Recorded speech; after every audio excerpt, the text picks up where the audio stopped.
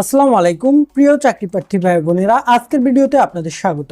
বন্ধুরা, আপনারা যারা আগামী 21শে আগস্ট 2026 তারিখে বাংলাদেশ নৌবাহিনীর অফিস সহায়ক পদে পরীক্ষা দিতে চলেছেন, এই ভিডিওটি তাদের জন্য অত্যন্ত ইম্পর্টেন্ট। বন্ধুরা, এই ভিডিওতে আমি আপনাদের 70টি মোস্ট ইম্পর্টেন্ট প্রশ্ন দেখাবো। এই 70টি প্রশ্ন থেকে হুবহু ম্যাক্সিমাম প্রশ্ন আপনারা কিন্তু আগামী 21শে আগস্ট তারিখের পরীক্ষায় অনেকগুলো এখান থেকে কমন পাবেন। তাই ভিডিওটি একটুও না টেনে প্রথম থেকে শেষ পর্যন্ত মনোযোগ দিয়ে দেখুন। আর বন্ধুরা, আপনাদের প্রতি একটি অনুরোধ থাকবে, ভিডিওতে একটি লাইক দিয়ে দেওয়ার, চ্যানেলটি সাবস্ক্রাইব করার। আর ভিডিও শুরু করার আগে একটা কথাই বলবো যে কে কোন জেলা থেকে ভিডিওটি দেখছেন তা অবশ্যই কমেন্টে জানিয়ে দিন। তাহলে চলুন শুরু করা যাক। বন্ধুরা, এখানে প্রথম প্রশ্নটি হলো, নিচের কোন বানানটি শুদ্ধ? উত্তর হচ্ছে গ নাম্বার, সমীচীন। এই গ নাম্বার বানানটি কিন্তু শুদ্ধ, সমীচীন বানান। এই সমীচীন বানানটি শুদ্ধ। তারপর পরবর্তী প্রশ্ন, এখানে পরবর্তী প্রশ্নে বন্ধুরা বলা হয়েছে শুভেচ্ছা।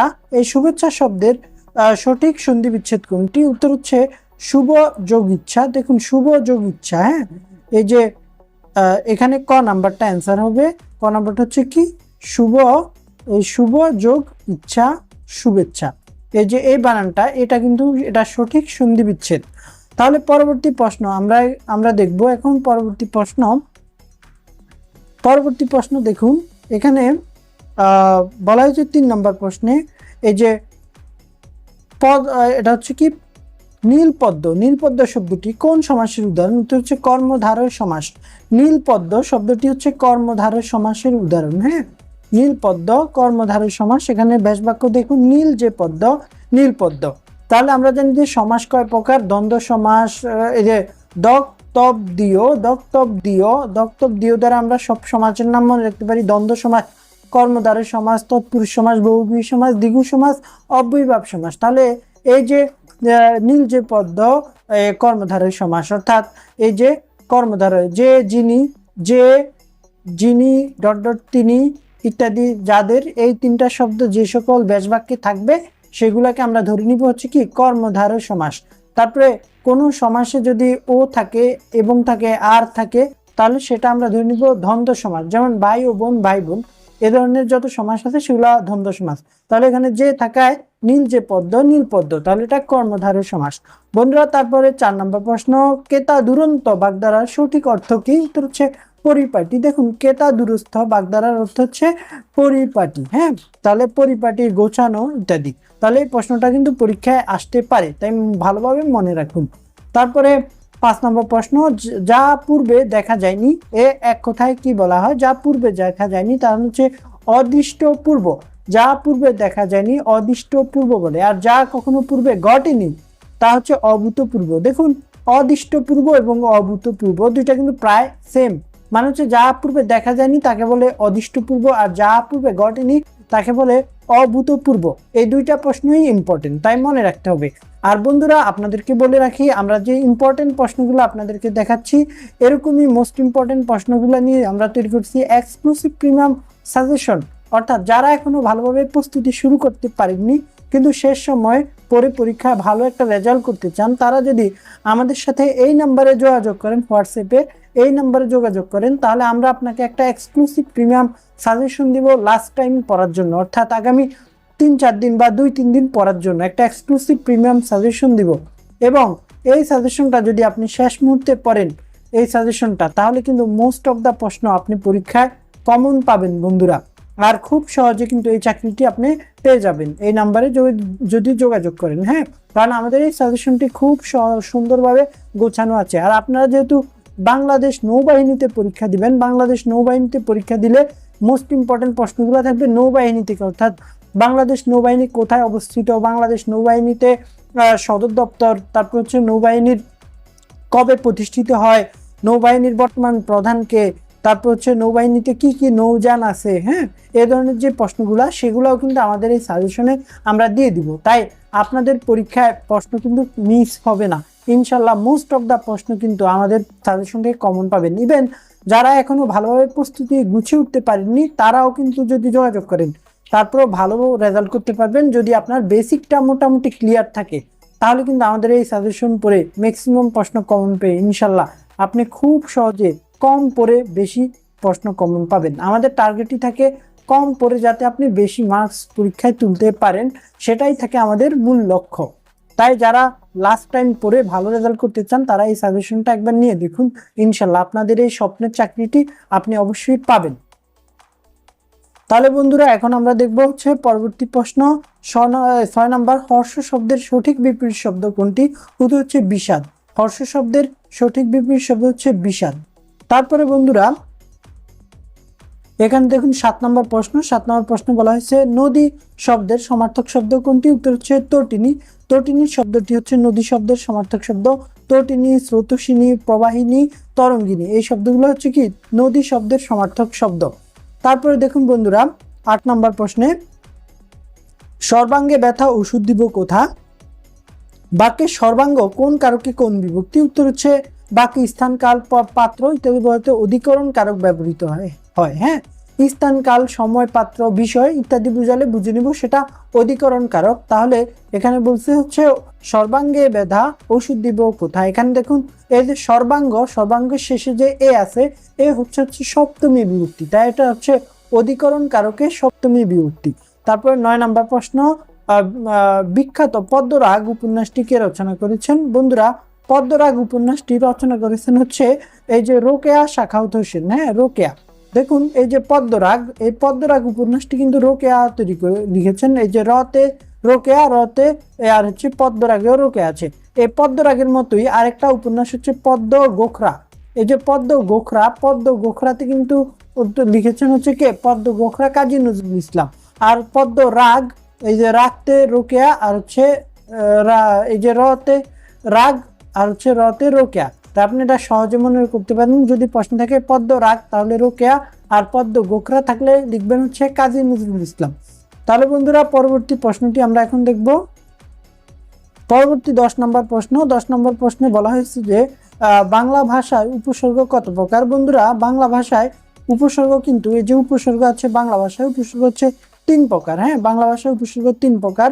বাংলা উপসর্গ যেমন খাঁটি বাংলা উপসর্গ, তৎসম বা সংস্কৃত উপসর্গ, আর হচ্ছে বিদেশি উপসর্গ। তাহলে উপসর্গ 3 প্রকার।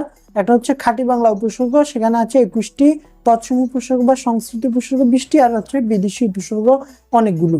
তাহলে পরবর্তী প্রশ্নটি আমরা এখন দেখব বন্ধুরা। পরবর্তী হচ্ছে বীরবল কার ছদ্মনাম?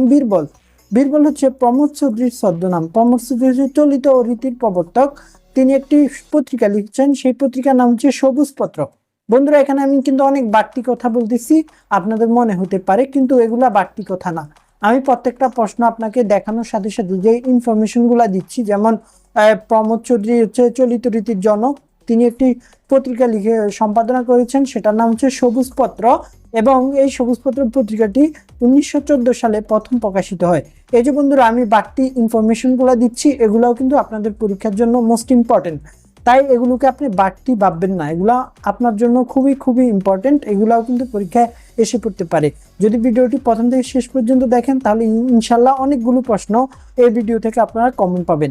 আর বন্ধুরা যারা পুরোপুরি সব ম্যাক্সিমাম কমন পেতে চান তারা তো অবশ্যই আমাদের সাথে এই নাম্বারে হোয়াটসঅ্যাপে যোগাযোগ করবেন, তাহলে আপনাদেরকে ইনশাল্লাহ সব প্রশ্ন কমন পাওয়ার একটা চূড়ান্ত সাজেশন দিয়ে দিব।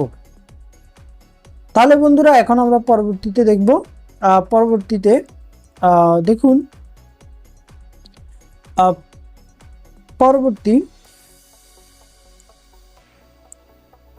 পরবর্তীতে হচ্ছে 12 নম্বর প্রশ্ন। শিরের সংক্রান্তি বাগধারার অর্থ কি? উত্তর হচ্ছে আসন্ন বিপদ।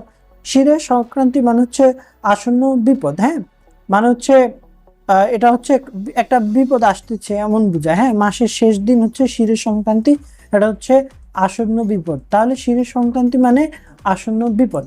তারপর বন্ধুরা 13 নম্বর প্রশ্ন। জঙ্গম শব্দের বিপরীত শব্দ কি? উত্তর হচ্ছে স্থাবর। স্থাবর হচ্ছে জঙ্গম। তারপরে যে বাক্যে একটিমাত্র কর্তা এবং একটিমাত্র সমাপিকা ক্রিয়া থাকে তাকে কোন বাক্য বলে? উত্তর হচ্ছে সরল বাক্য। সরল বাক্য বলে। তাহলে পরবর্তী প্রশ্ন দেখুন 15 নম্বর প্রশ্ন হচ্ছে নিচের কোনটি শুদ্ধ বানান? উত্তর হচ্ছে খ নাম্বার শারীরিক বানানটি শুদ্ধ। খ শারীরিক বানানটি শুদ্ধ। পথের পাঁচালী উপন্যাসের রচয়িতাকে? উত্তর হচ্ছে বিভূতিভূষণ বন্দ্যোপাধ্যায় পথের পাঁচালী লিখেছেন। তাহলে পরবর্তীতে যে নারীর হাসি সুন্দর? উত্তর হচ্ছে কি সুস্মিতা। দেখুন যে নারীর হাসি সুন্দর তাকে বলে সুস্মিতা। আর যে যার হাসি পবিত্র তাকে বলে সুচিস্মিতা। তাহলে কি মানে হচ্ছে, যে নারীর হাসি সুন্দর তাকে বলা হয়, হাসি সুন্দর হলে সুস্মিতা, আর হাসি পবিত্র হলে তাকে বলে সুচিস্মিতা।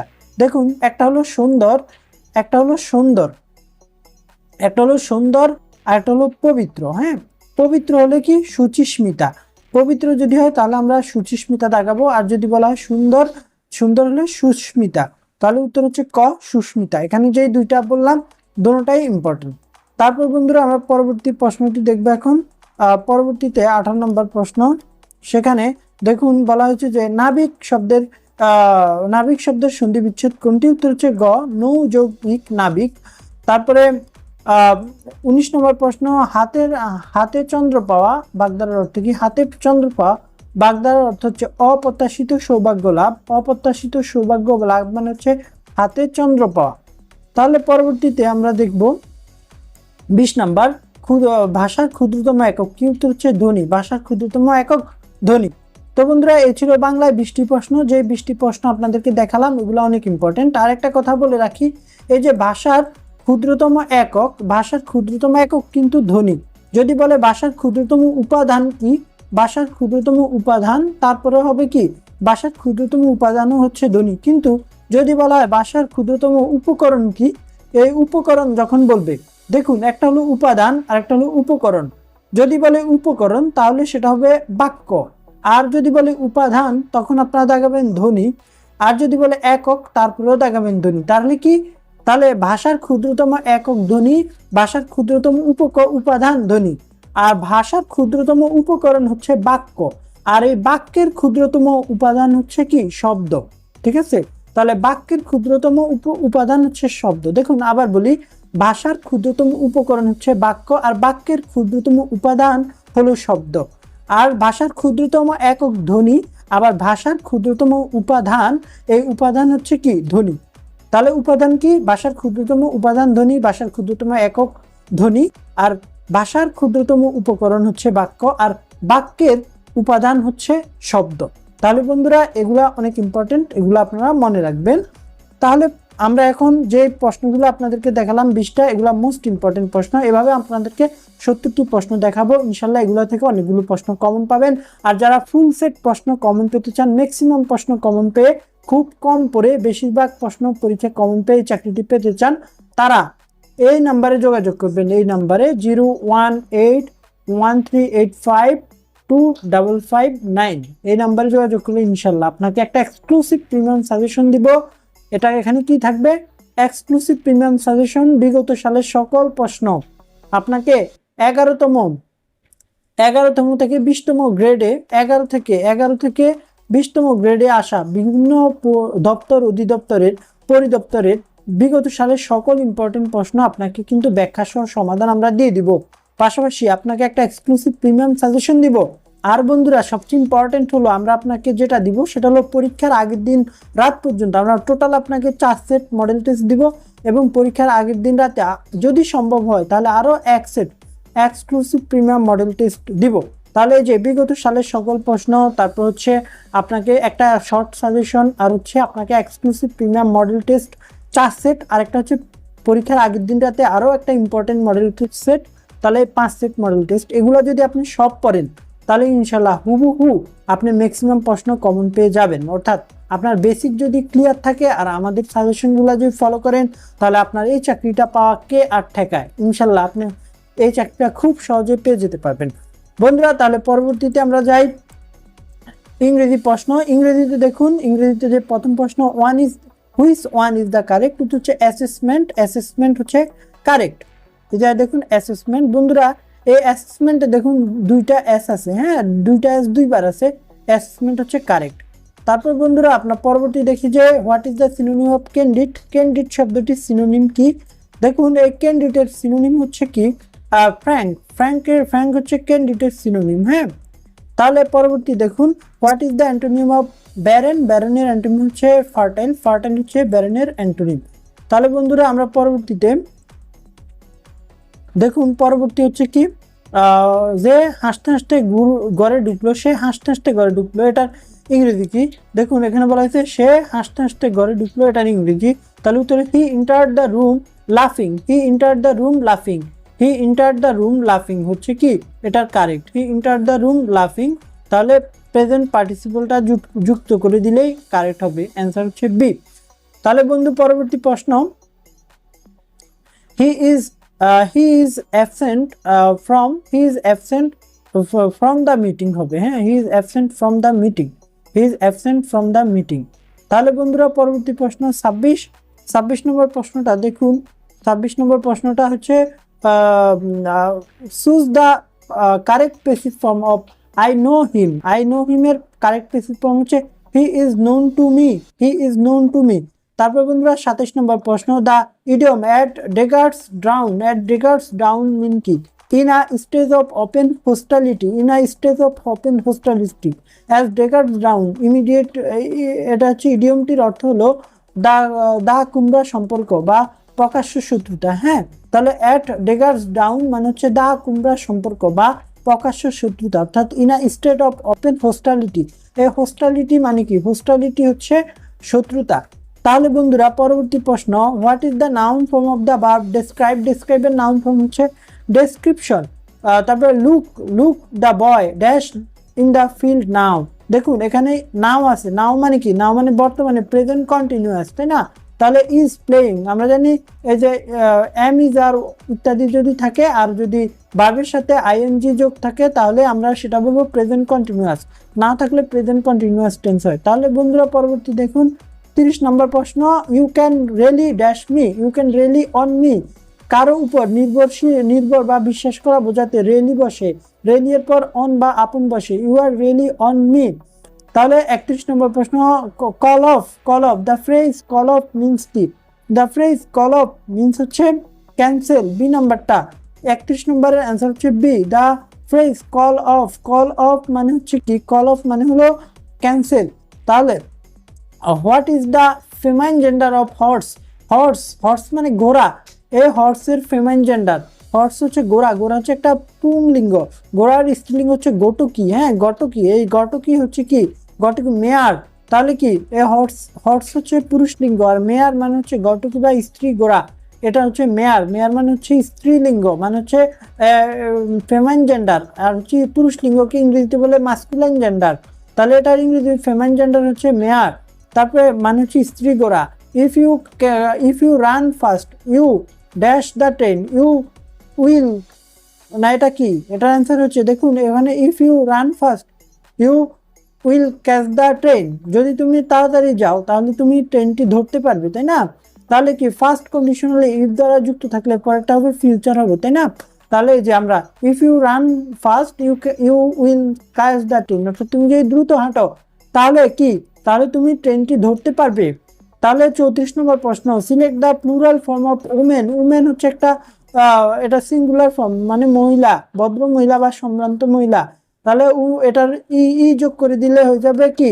এটা যদি আমরা ই যোগ করে দিই তাহলে হবে এটা প্লুরাল হবে, মানে ওমেনটা হচ্ছে সিঙ্গুলার আর হচ্ছে উইমেনটা হচ্ছে কি প্লুরাল। যেমনি ম্যান হচ্ছে সিঙ্গুলার মানে মানুষকে বোঝায়, আর ম্যান দ্বারা প্লুরালকে বোঝায়, তাই না? অনেকগুলো মানুষ। তাহলে বন্ধুরা পরবর্তী প্রশ্নটি হলো 35, dash Himalayas are to north of India, মানে হচ্ছে দা হবে দা হিমালয়াস, তাই না? কোনো কিছু পর্বতমালা, হিমালয়াস একটা, আর কোনো কিছু পর্বত, তারপরে হিমালয়, তারপরে দ্বীপপুঞ্জ ইত্যাদির আগে আর্টিকেল হিসেবে দা বসে, আমরা ছোটবেলা থেকে শিখেছি। তাহলে কি 34 নম্বর, what is your name, which type of sentence is it? হচ্ছে ইন্টারোগেটিভ সেন্টেন্স। ইন্টারোগেটিভ মানে হচ্ছে প্রশ্নবোধক সেন্টেন্স, অ্যাসার্টিভ মানে বিবৃতি, ইম্পারেটিভ মানে হচ্ছে কি? ইম্পারেটিভ মানে হচ্ছে আদেশ উপদেশ, অপটেটিভ মানে প্রার্থনা বা প্রার্থনা করা, অনুরোধ করা ইত্যাদি। হ্যাঁ, তাহলে পরবর্তী 37 নম্বর, it has been dash morning, it has been raining since morning, তাই না? It has been raining dash morning since morning হবে। তাহলে প্রেজেন্ট পারফেক্ট কন্টিনিউয়াস টেন্সের নির্দিষ্ট পয়েন্ট টাইমে সকাল বুঝালে সেখানে সিন্স বসে, তাই না?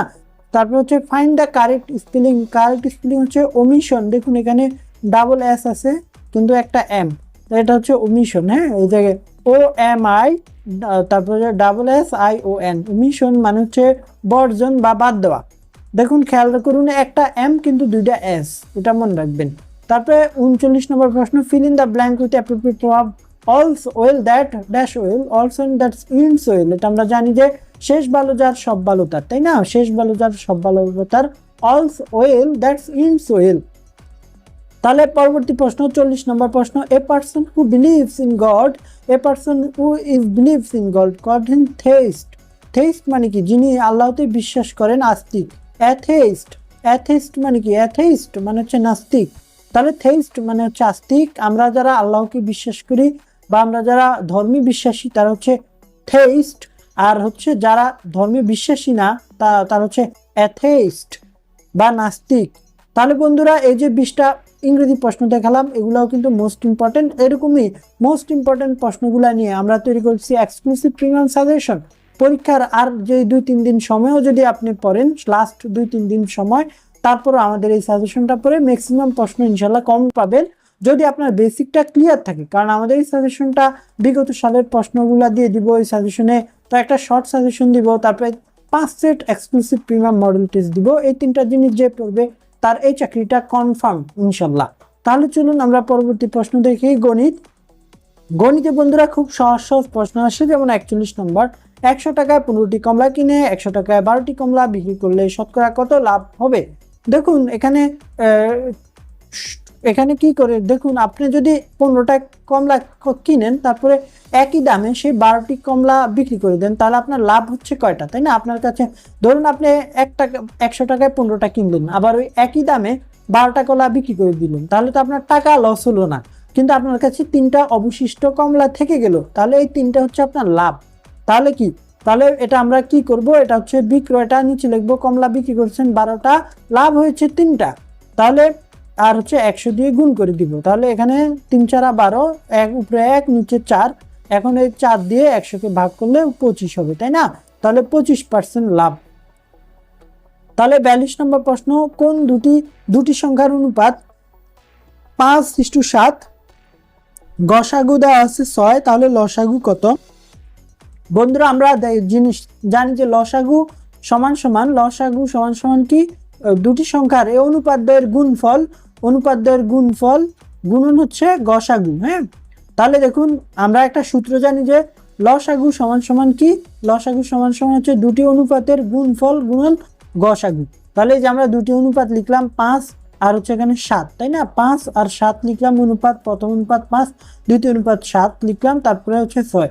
তাহলে দেখুন 5 6 30, তাহলে 30 আর হচ্ছে গুণন 7, তাহলে 3 7 21, তাহলে হবে কি 210। তাহলে খ নাম্বারটা অ্যান্সার। তারপরে 43 নম্বর প্রশ্ন, ক একটি কাজ 20 দিনে এবং খ এই কাজ 30 দিনে করতে পারে, তাই না? তাহলে তারা একত্রে কাজটি কত দিনে করতে পারবে? তাহলে আমরা লিখবো ক এবং খ একত্রে। তাহলে ক যদি পারে একটি কাজ 20 দিনে করতে পারে, তাহলে একদিনে পারবে 1/20 অংশ। খ তেমনি একদিনে করতে পারে 1/30 অংশ। তাহলে তারা একত্রে একদিনে করতে পারে কত? তাহলে একত্রে তারা একদিনে করতে পারে হচ্ছে 1/20 যোগ 1/30। তাহলে এখন আমরা যদি এই 20 আর 30-এর লসাগু করে দেই, 20 আর 30-এর লসাগু করে দিলে এখানে থাকবে তারপরে দেখুন 20 আর 30-এর লসাগু যদি আমরা করে দেই তাহলে হচ্ছে কত, 5 দুগুণে 10, আর হচ্ছে এখানে কত থাকে নিচে, এখানে থাকলো 5 দুগুণে 10, আর হচ্ছে আপনার 10 দুগুণে 20, আর হচ্ছে 3 20-এ 60। তাহলে এখানে লসাগু হচ্ছে 60 হয়, তাহলে উপরে থাকবে 3 যোগ 2, তাহলে এটা কত 60, নিচে থাকবে 60, উপরে থাকবে 5, তাহলে 5 12 60, তাহলে উপরে হবে এই 12। তাহলে আমরা পেলাম একদিনে করতে পারে তারা 1/12 অংশ একত্রে। তাহলে 12 দিনে, তাহলে কি পুরো অংশটা করতে তাদের সময় লাগবে 12 দিন, তাই না?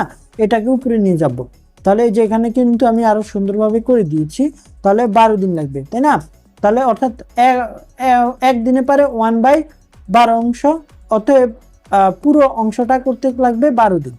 তাহলে পরবর্তী 44 নম্বর প্রশ্ন হচ্ছে, একটি সংখ্যার গড় হচ্ছে 24, দুটি সংখ্যার 21 এবং 31 হলে তৃতীয় সংখ্যাটি কত? বন্ধুরা দেখুন 3টি সংখ্যার গড় আমরা জানি, গড় যোগফল বাই সংখ্যা দ্বয় মোট সংখ্যা দিয়ে ভাগ করলে আমরা পেয়ে যাব অ্যান্সার। দেখুন বলছে 21 যোগ 23 যোগ ধরুন তৃতীয় সংখ্যাটি x, তাহলে 3 আর হচ্ছে সমান হচ্ছে 24, তাই না? তাহলে এভাবে আপনারা যদি করেন তাহলে উত্তর হবে এরকম যে এক্স ইজ ইকুয়াল টু হবে কত, এই যে 3 দ্বারা আপনি 24কে গুণ করে দিলে 72, আর হচ্ছে এটাকে এই পাশে নিয়ে গিয়ে যোগ করে বিয়োগ করে দিলে হবে কত, এই 44 হয় 21 আর 23, তাহলে 44 যদি আমরা বিয়োগ করে দিই তাহলে এই 72 থেকে 44 বিয়োগ দিলে হয়ে যাবে 28। তাহলে আমরা পেলাম এক্স এর মান 28। তাহলে বন্ধুরা পরবর্তী প্রশ্ন দেখি। আপনার 45 নম্বর যে প্রশ্নটি সেটি হলো এখানে 250-এর 10% কত, 250 গুণন 10%, হ্যাঁ 10% লেখার ক্ষেত্রে 100 দিয়ে ভাগ, তাহলে 10কে 100 দিয়ে ভাগ করলে 10% হয়ে যায়। তাহলে এখানে দেখুন এই আর এটা কাটা, তাহলে উত্তর হচ্ছে কত 25, তাই না, গ নাম্বার।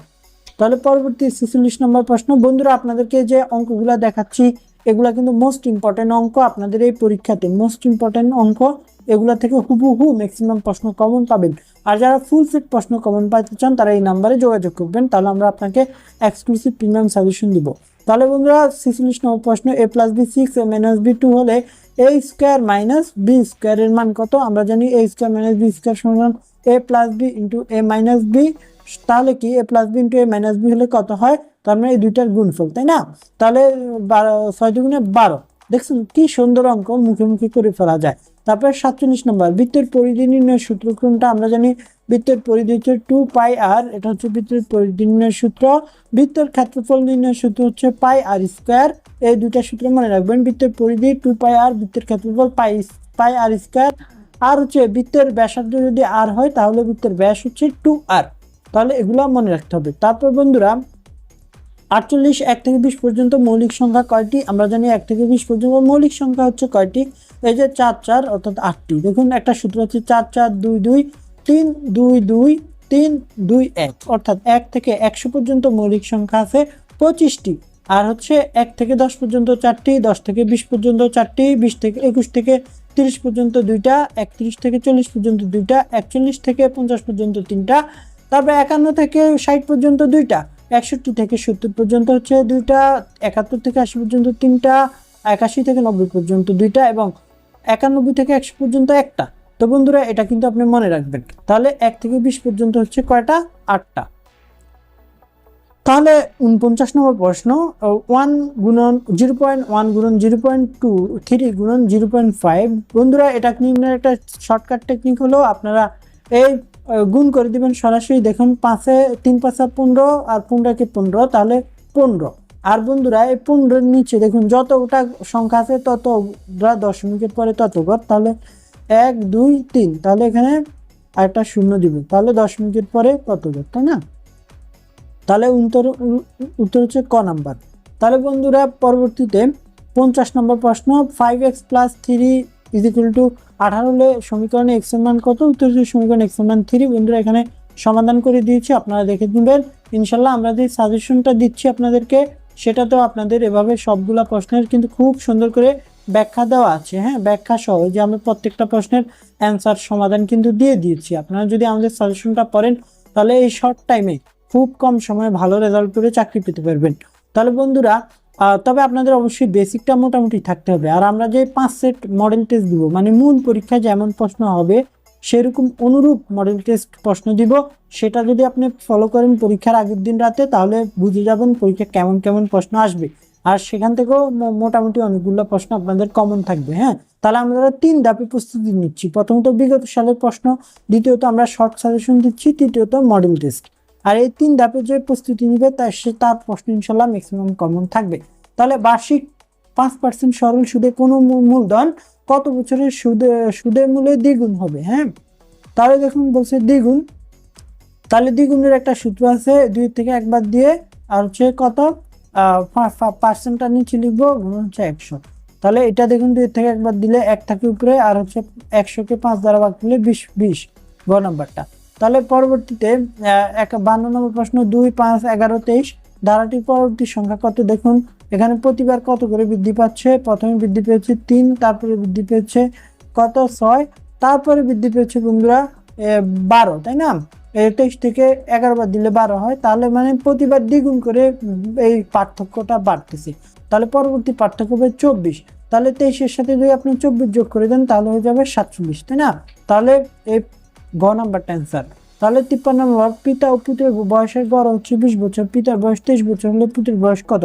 পিতার বয়স 30 বছর হলে পুত্রের বয়স কত? তাহলে দেখুন, ধরি যে পুত্রের বয়স হচ্ছে এক্স, তাহলে পিতার বয়স লিখলাম 30 আর পুত্রের বয়স লিখলাম হচ্ছে এক্স বাই হচ্ছে 2 ইজ ইকুয়াল টু কত? 20, তাই না? এই সূত্র দিয়ে করলে এই যে 20 দুগুণে 40, তারপরে এই পাশে এক্স রেখে এই পাশে আমরা 30 নিয়ে যাব, তাহলে 40 মাইনাস হচ্ছে 30 সমান হচ্ছে কত? 10 বছর।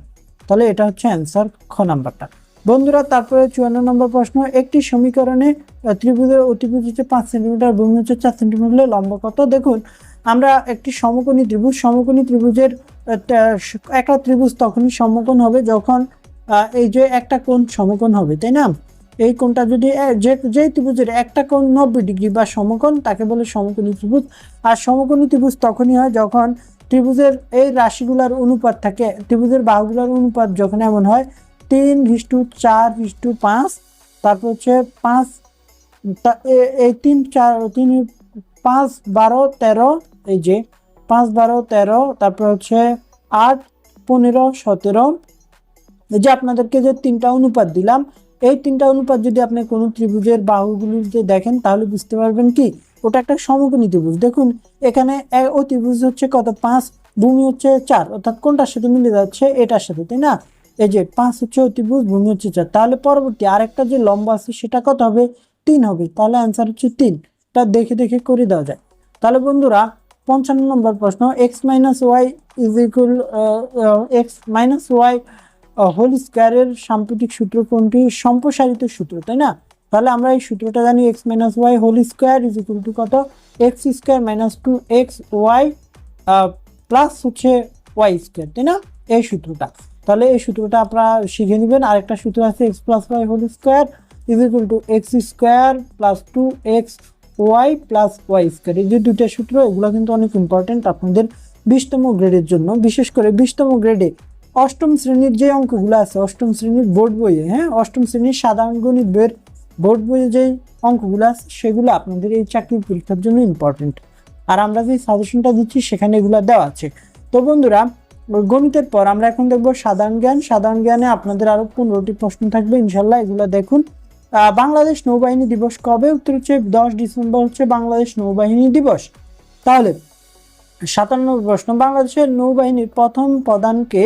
উত্তর হচ্ছে ক্যাপ্টেন নুরুল হক। ক্যাপ্টেন নুরুল হক হচ্ছে বাংলাদেশের নৌবাহিনীর প্রথম ক্যাপ্টেন বা প্রথম প্রধান। তিনি 1972-1973 সাল পর্যন্ত দায়িত্ব পালন করেছেন। তারপরে 58 নম্বর প্রশ্ন, বন্ধুরা দেখুন, আপনারা কিন্তু পরীক্ষা দিতে যাবেন কোথায়? নৌবাহিনীতে, তাই না? নৌবাহিনীর অফিস সহায়ক পদে। তাহলে নৌবাহিনী সম্পর্কে আপনাদের ভালোভাবে জানতে হবে। আর আমরা যে সাজেশনটা দিচ্ছি সেখানে কিন্তু নৌবাহিনী সম্পর্কে বিস্তারিত আলোচনা করা হয়েছে। তাহলে এই নৌবাহিনী সম্পর্কে যে দুইটা প্রশ্ন আপনাদেরকে দেখাচ্ছি, নৌবাহিনী দিবস এবং নৌবাহিনীর প্রথম প্রধান, এই দুইটা প্রশ্ন মোস্ট ইম্পর্টেন্ট, এগুলো আপনারা খেয়াল করবেন। তারপরে দেখুন, মুক্তিযুদ্ধের খেতাবপ্রাপ্ত প্রথম নারী, মুক্তিযোদ্ধা নারী কতজন? মুক্তিযুদ্ধে খেতাবপ্রাপ্ত নারী হচ্ছে বীর প্রতীক পাওয়া 2 জন, একজন হচ্ছে সেতারা বেগম, আরেকজন তারামন বিবি। এই সেতারা বেগম যুদ্ধ করেছে 2 নং সেক্টরে, আর তারামন বিবি যুদ্ধ করেছে 11 নং সেক্টরে। তারপরে 59 নম্বর প্রশ্ন, বাংলাদেশের প্রথম নারী স্পিকার কে? উত্তর হচ্ছে শিরিন শারমিন চৌধুরী। এটা এখন আর ইম্পর্টেন্ট না, তারপর আপনারা দেখে যাবেন। তাহলে 60 নম্বর প্রশ্ন, সাবাস বাংলাদেশ ভাস্কর্যটি কোথায় অবস্থিত? উত্তর হচ্ছে রাজশাহী বিশ্ববিদ্যালয়। এটি নিতন কুণ্ড স্থপতির। তারপরে বাংলাদেশের প্রশস্ত নদী কোনটি? উত্তর হচ্ছে বাংলাদেশের প্রশস্ত নদী হচ্ছে মেঘনা। তারপরে বিখ্যাত নিজুম দ্বীপ কোন জেলায় অবস্থিত? উত্তর হচ্ছে নোয়াখালী। তারপরে 63 নম্বর প্রশ্ন, বিশ্বের সবচেয়ে বড় মহাসাগর কোনটি? উত্তর হচ্ছে প্রশান্ত মহাসাগর। পৃথিবীতে 5টি মহাসাগর রয়েছে, এর মধ্যে আয়তন এবং গভীরতার দিক দিয়ে প্রশান্ত মহাসাগর অবস্থিত। এই প্রশান্ত মহাসাগরের সবচেয়ে গভীরতম স্থানের নাম হচ্ছে মারিয়ানা ট্রেঞ্চ। মারিয়ানা ট্রেঞ্চ হচ্ছে বিশ্বের সবচেয়ে গভীরতম স্থান, এটি অবস্থিত প্রশান্ত মহাসাগরে। তারপর বন্ধুরা 64 নম্বর প্রশ্ন, ওআইসি এর সদর দপ্তর কোথায় অবস্থিত? হচ্ছে জেদ্দা, সৌদি আরব, বাংলাদেশ। ওআইসি এর সদস্য পদ লাভ করে কবে? উত্তর হচ্ছে 1972 সালে। তাহলে বন্ধুরা 1974 সালে। তারপর বন্ধুরা পরবর্তী প্রশ্ন, মালয়েশিয়ার মুদ্রার নাম কি? উত্তর হচ্ছে রিঙ্গিত। মালয়েশিয়ার মুদ্রার নাম রিঙ্গিত। তাহলে বন্ধুরা পরবর্তী প্রশ্ন 66 নম্বর প্রশ্ন, আইসিটির ক্ষেত্রে র্যাম এর পূর্ণরূপ কি? উত্তর হচ্ছে র্যান্ডম অ্যাক্সেস মেমোরি। এই র্যাম হচ্ছে একটা ভোলাটাইল নন ভোলাটাইল মেমোরি। তাহলে র্যাম হচ্ছে কি না, র্যাম হচ্ছে একটা ভোলাটাইল মেমোরি। ভোলাটাইল মানে হচ্ছে অস্থায়ী মেমোরি। হ্যাঁ, র্যান্ডম অ্যাক্সেস মেমোরি। র্যাম হচ্ছে একটা প্রাইমারি মেমোরি, র্যাম হচ্ছে একটা ভোলাটাইল বা অস্থায়ী মেমোরি। তাহলে র্যাম সম্পর্কে দুইটা জিনিস মনে রাখতে হবে, র্যাম হচ্ছে একটা প্রাইমারি বা প্রাথমিক মেমোরি এবং র্যাম হচ্ছে একটা কি অস্থায়ী মেমোরি।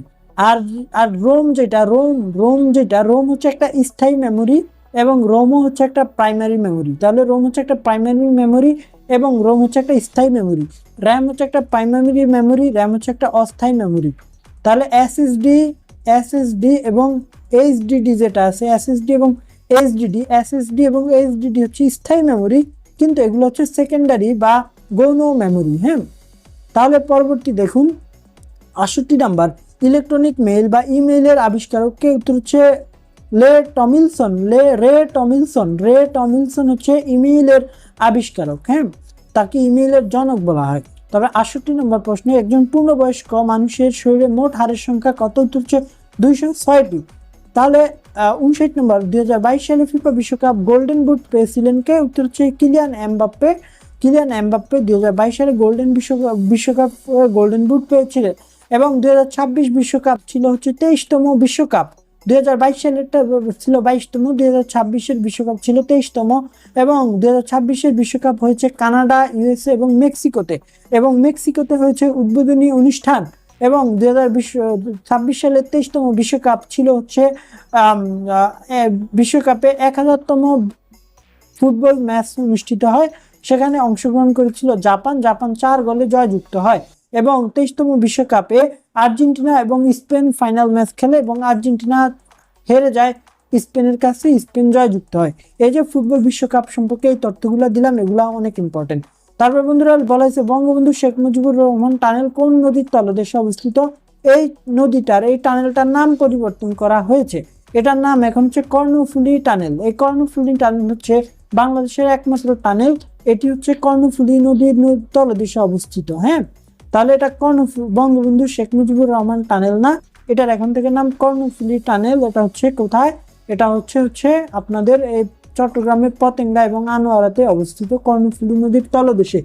তাহলে বন্ধুরা এই যে 70টি মোস্ট ইম্পর্টেন্ট প্রশ্ন আপনাদেরকে বললাম, এগুলো আপনাদের চাকরির পরীক্ষার জন্য অনেক অনেক অনেক অনেক অনেক গুরুত্বপূর্ণ।